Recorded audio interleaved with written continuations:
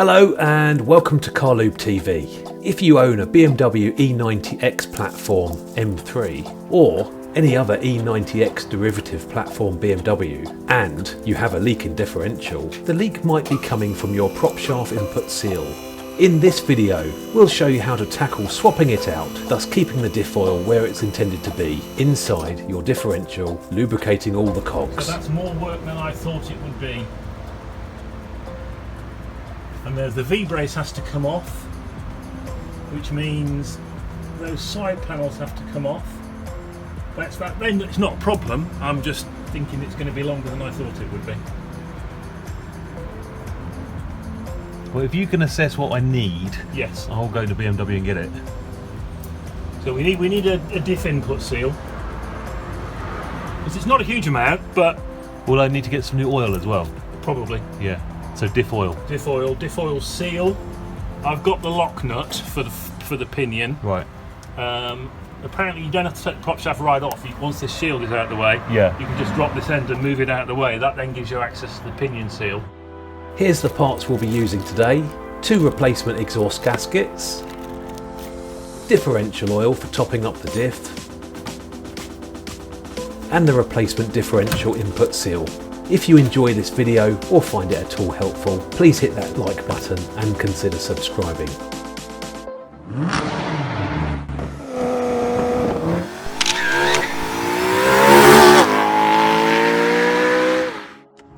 New axle stands. Yeah, and they're tall as well. Yeah. So we've got to take off the exhaust in the back and the centre section. Yes. The heat shields. The heat shield to allow us access to drop the middle of the prop. That means we can disconnect the prop CV joint at the diff. Yeah, and then we've got all the supporting bracing under the car, which Yeah, that.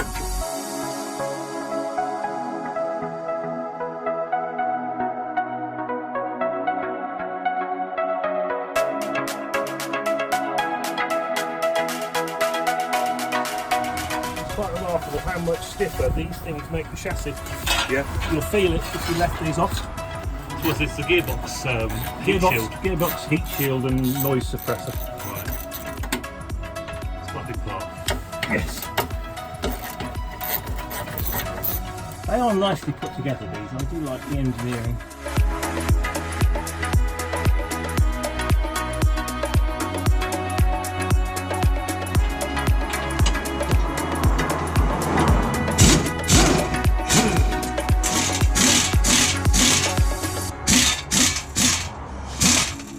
There we go. Good day.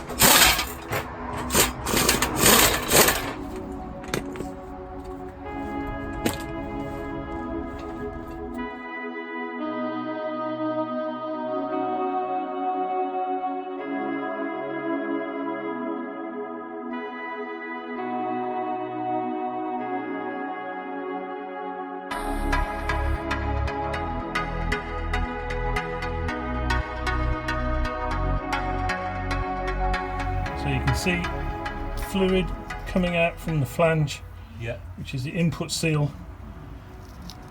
This part here, which I'm about to undo, slips on the spline into the front of the diff.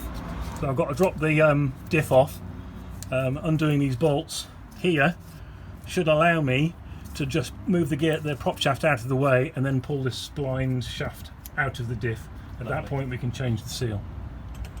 So it's probably taken us about an hour to get to this point so far, hasn't it? Yeah, which is... Removing all the heat shields and the exhaust and the gearbox shield. And Yes, this would have been a lot quicker on a ramp, proper ramp where you've got the access, but we are somewhat limited on this one.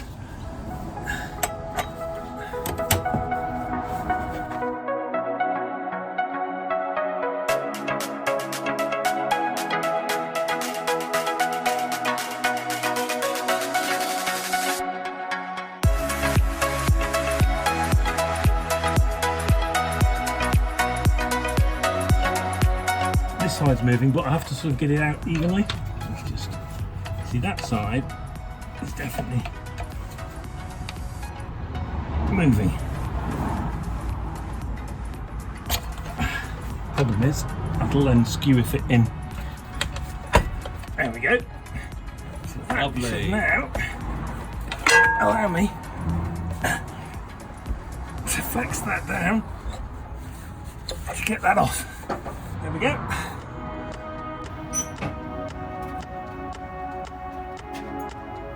So the bit that's leaking, this is the new seal. The old one I've just removed from the differential.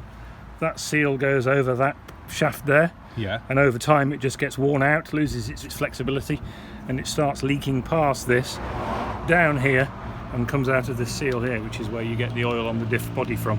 Okay. So it was definitely, my one's definitely let go. It was weeping slightly, wasn't it? Weeping slightly. Nothing serious, it just makes the car mucky, and ultimately you do lose your diff oil. Yes. So it's a good thing to change. And actually, if you have a look on the flange there, you can see a little bit of rust building up. It's not rubbing on that, but you get any of that flaking off and getting onto the seal, it'll only exacerbate how quickly the seal wears out. So we'll give that a good clean before we put that back together. And that seal's quite expensive, isn't it? Yes, that was about 40 quid odd. So just for a piece of rubber. But, Yeah. the old one came out more easily than I was expecting, which is always nice to see. Good, good. Yeah, that bottom inner lip has gone. Right.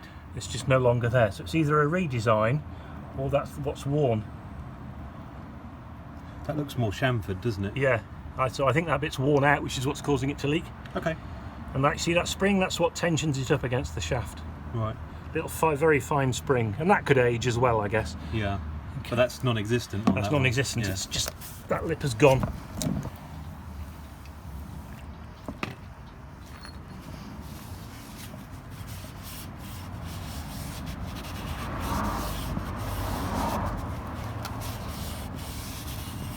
Right, now the next thing I'm checking for is if I can feel anything on there. And I can't.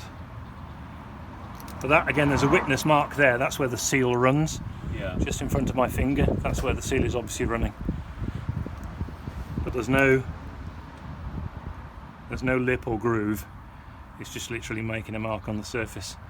So we're good to put that back on. So what is this grease we're putting on here? It's a specific thick high temperature grease for this application. That's the part number there. Okay. And I had a quick look for it, and it doesn't seem to be listed anywhere else for anything else in the system. So I presume it has been developed specifically to cure this problem. So just smear a bit of the oil onto the sleeve so it goes on properly.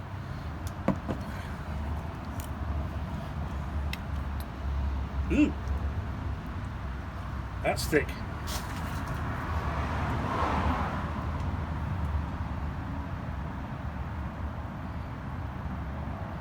I wonder if it hardens in use. Because some of the forum posts I've seen on this is you put a Loctite adhesive on the spline. Yeah. And I would imagine that is doing a similar thing, but of course if you put Loctite stuff on the spline, then getting this off in future was going to be a very interesting exercise.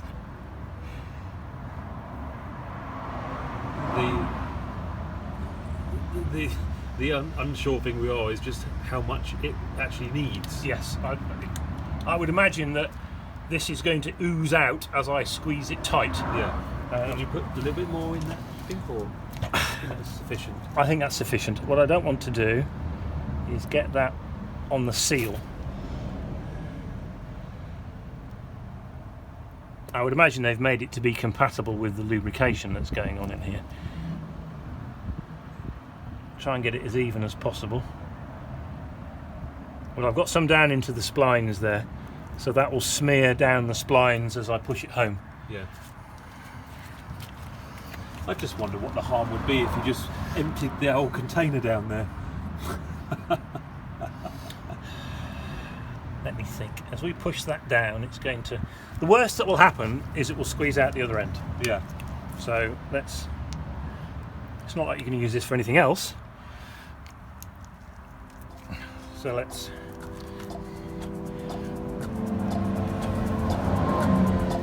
There we go. So all the splines are full now.